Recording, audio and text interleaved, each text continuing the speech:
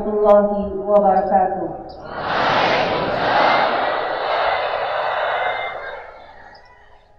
Alhamdulillahirabbil alamin. Wassalatu wassalamu ala asyrafil anbiya'i wal mursalin wa ala alihi wa sahbihi wa sallim ajma'in. Alhamdulillah, kita diberi umur yang sehat walafiat, yang berkah, masih bisa berdiri di sini memperingati Hari Santri. Bayangkan, pesantren sudah ada sebelum kemerdekaan. Kita merdeka berapa ratus tahun sekarang? Berapa puluh tahun? Lupa.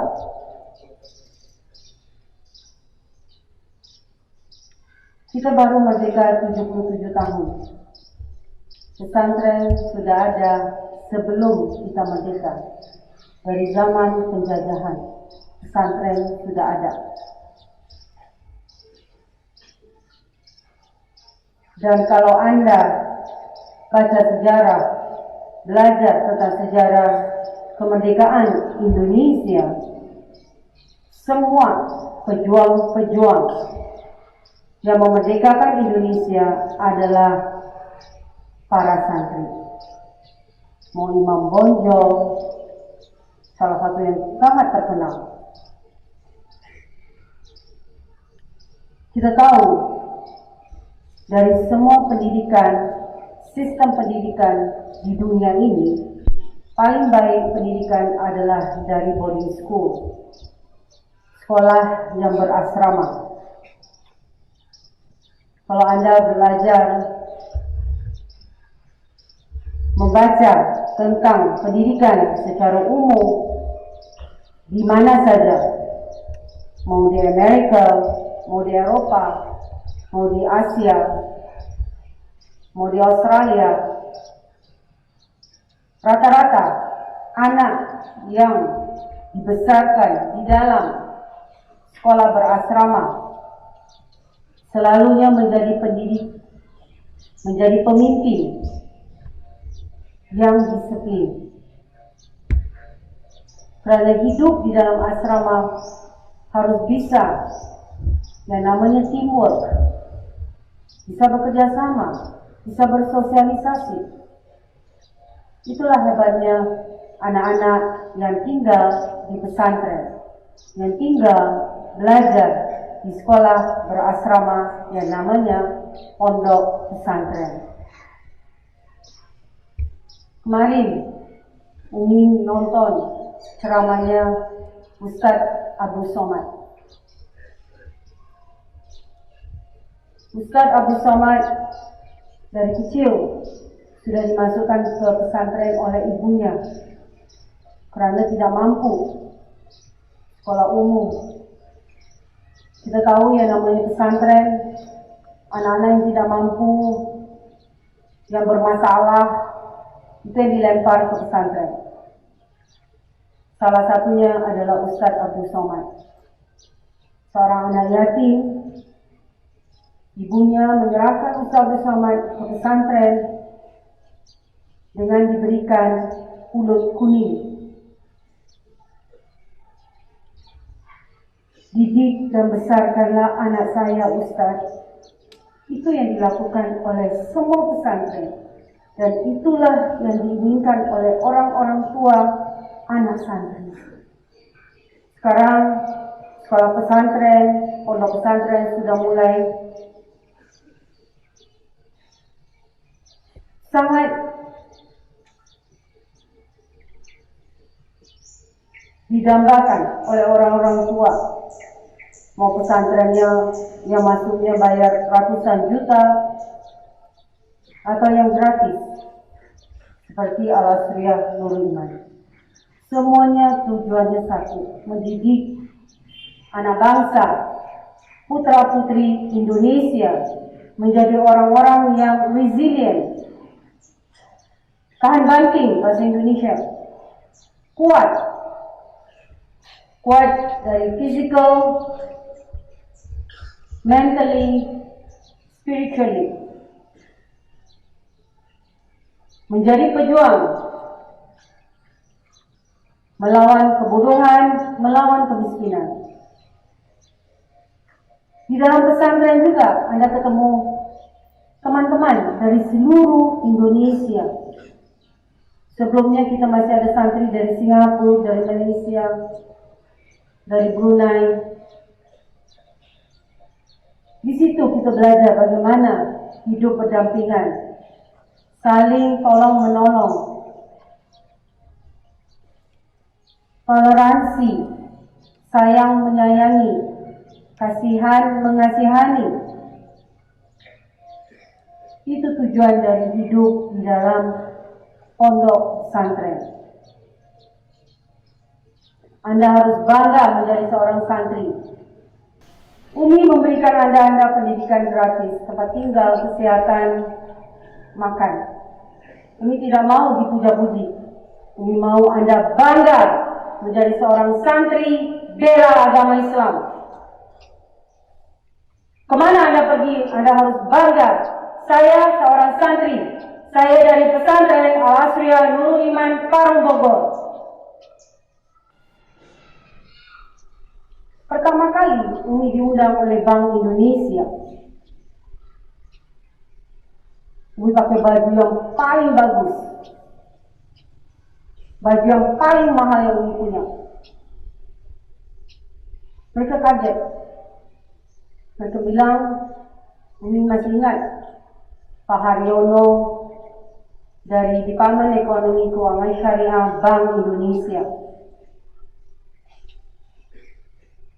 Karena selama ini Al-Asriyah Nurul Iman kurang diakui oleh pesantren, oleh siapa saja. Pemerintah daerah juga nggak peduli sama Nurul Iman. Umi waktu ketemu dengan menteri, Umi bilang, ketika Abah baru meninggal, tolong Nurul Iman dibantu, supaya Nurul Iman bisa tetap gratis sampai kiamat. Saya belum mampu seperti Syekh Habib Segaf bin Mahdi bin Syekh Abu Bakar bin Salim. Apa kata menteri-menteri itu? Kami tidak mampu, walaupun kami pemerintah. Abah dan Umi yang bangun Nurul Iman dari 98. Abah meninggal di tahun 2010. Sekarang Umi harus lanjutkan Nurul Iman seperti permintaan Abah. Sampai kiamat harus gratis wahid. Semua wakaf-wakaf aset Nurul Iman buat makan santri Nurul Iman, buat gaji guru, buat bayar listrik, buat bayar pajak, buat beli lauk, buat beli beras.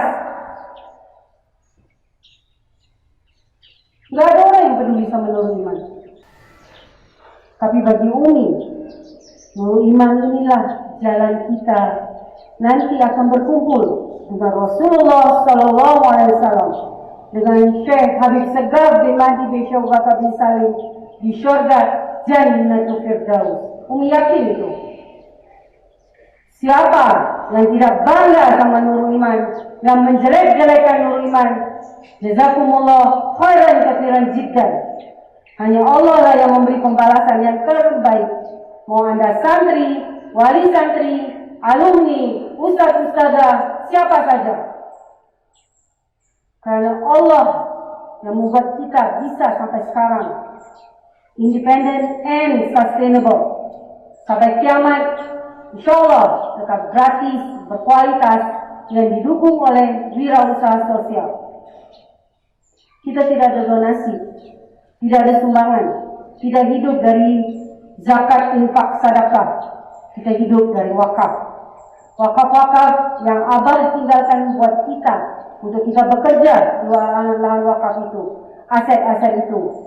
Mau pabrik, mau peternakan, pertanian, perikanan, mau industri, semuanya kita harus kerja keras untuk menghidupi lebih dari 15.000 ini.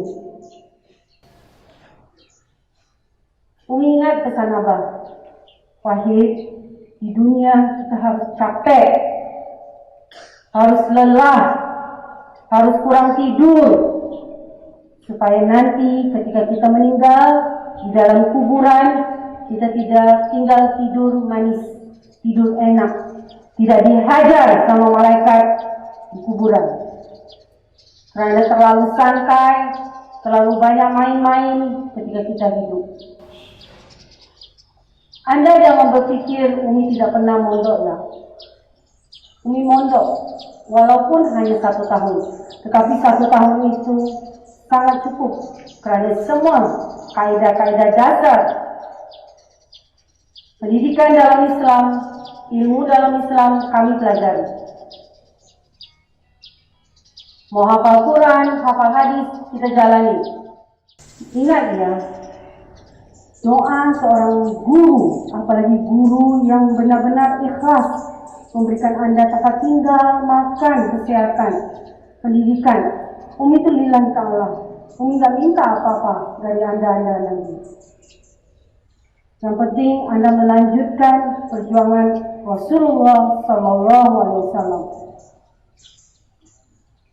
Anda harus sehat. Usahakan, paksakan sehat. Jangan sedikit-sedikit saja langsung lemes, langsung pingsan. Kita butuh pejuang-pejuang Islam yang kuat, sehat, secara rohani, jasmani, and spiritually. Pak Haryono itu bilang, Ibu salah ruangan. Ibu mesti di ruangan sebelah. Ruangan bankir-bankir. Anda tahu bankir-bankir kan?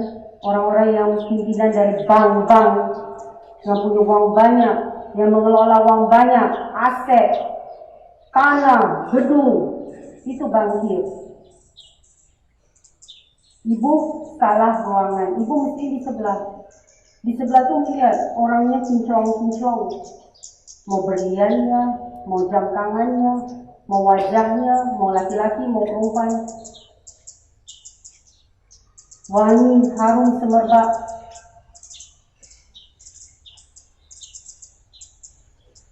Ini ruangan untuk pondok pesantren. Pimpinan pondok pesantren, Ibu. Ibu salah ruangan.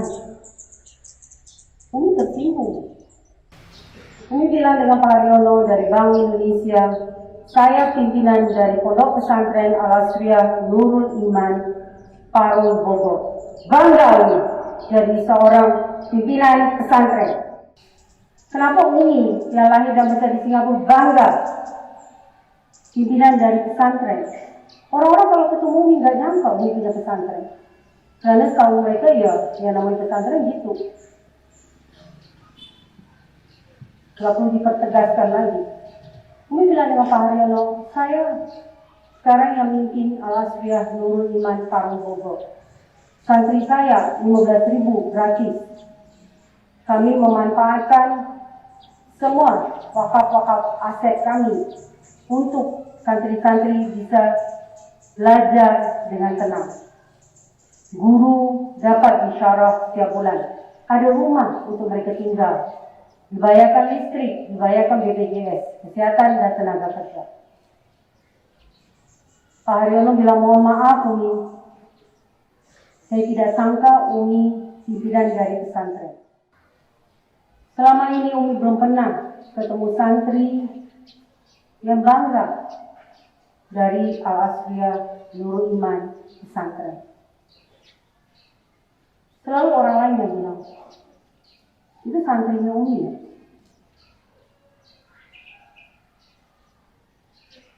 Anda harus bangga yang memerdekakan Indonesia dari penjajah. Itu adalah santri dari pesantren-pesantren seluruh Indonesia. Beri tepukan.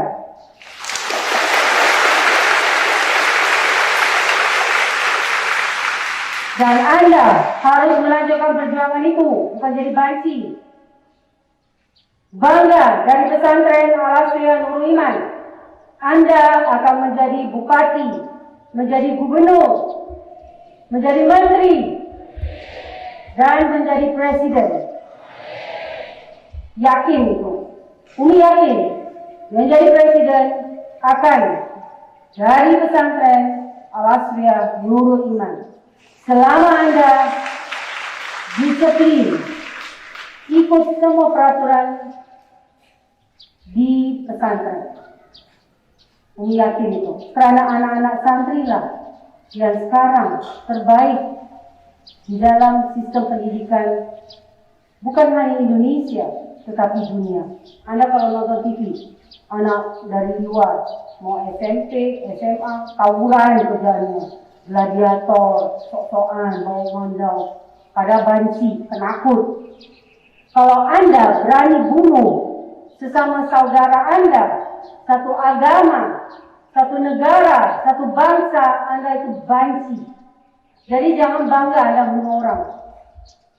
Anda tahu ketika Anda bunuh satu orang Muslim, sama aja dengan Anda membunuh seluruh umat Islam. Jadi jangan bangga Anda bunuh orang. Jangan bangga Anda sudah bacok tetangga Anda, tawuran antara kampung. Apa yang diharapkan pemuda seperti itu?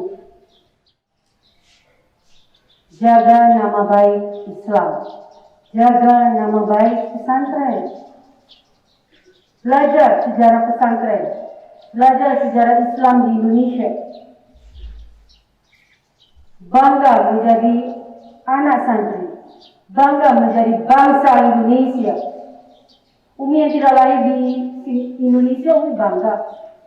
Anak cucu turunan Umi semuanya orang Indonesia.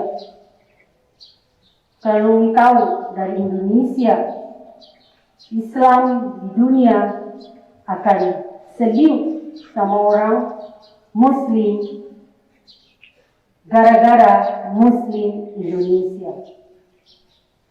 Jadi perhatikan, lebih disiplin, lebih taat. Kalau ada teman yang sakit, cepat lapor, bawa ke bagian kesehatan. Karena kita di sini dalam satu safinah, satu kapal yang sangat besar, harus saling tolong-menolong, saling sayang menyayangi, dan saling mengingatkan. Kalau ada teman lupa, ingatkan. Itulah yang namanya ukhuwah Islamiyah. Understand?